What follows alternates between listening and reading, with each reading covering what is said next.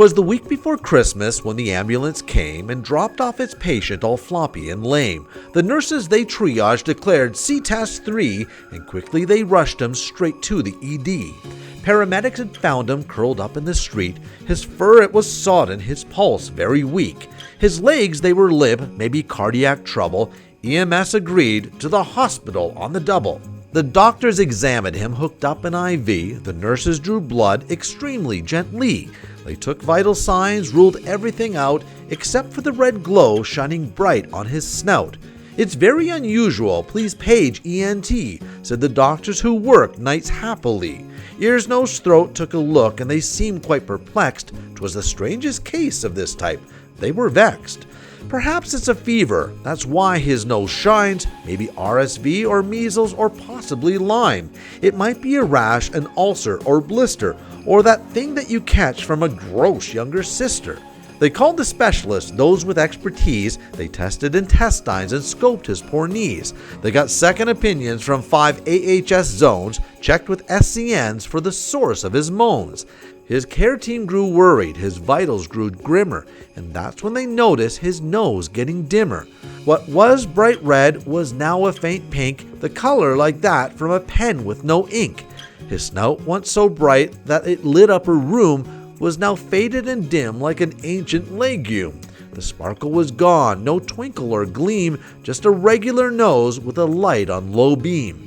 Near a week had gone by, not an answer in sight, but not a doctor nor nurse thought to give up the fight. The patient was lucky. They were the best of the best. Top employer, patient-centered, more awards than the rest.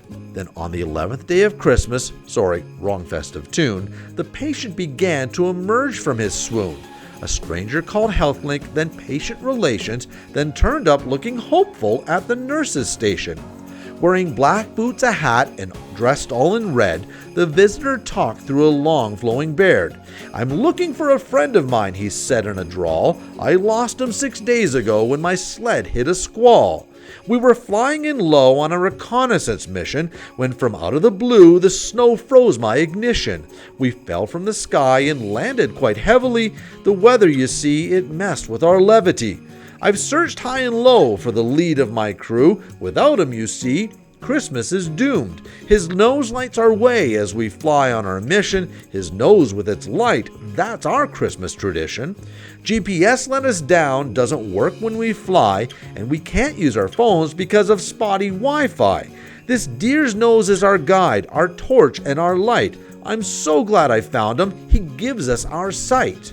Reunited with his friend, something amazing then happened. His nose almost faded, turned red, and brightened. It shone like a beacon, lighting up the whole place. They say the astronauts could see it from space. With hugs all around, our deer found his feet, and with power and gusto let out a loud bleat. "Thank you, my friends, for the help that you gave, but it's time for discharge. I've got Christmas to save." Then with a laugh and a mighty ho-ho, our friend Rudolph flew skywards, the sleigh in tow. We heard Santa shout out as he drove out of sight, "Happy Christmas to all, and to all a good night."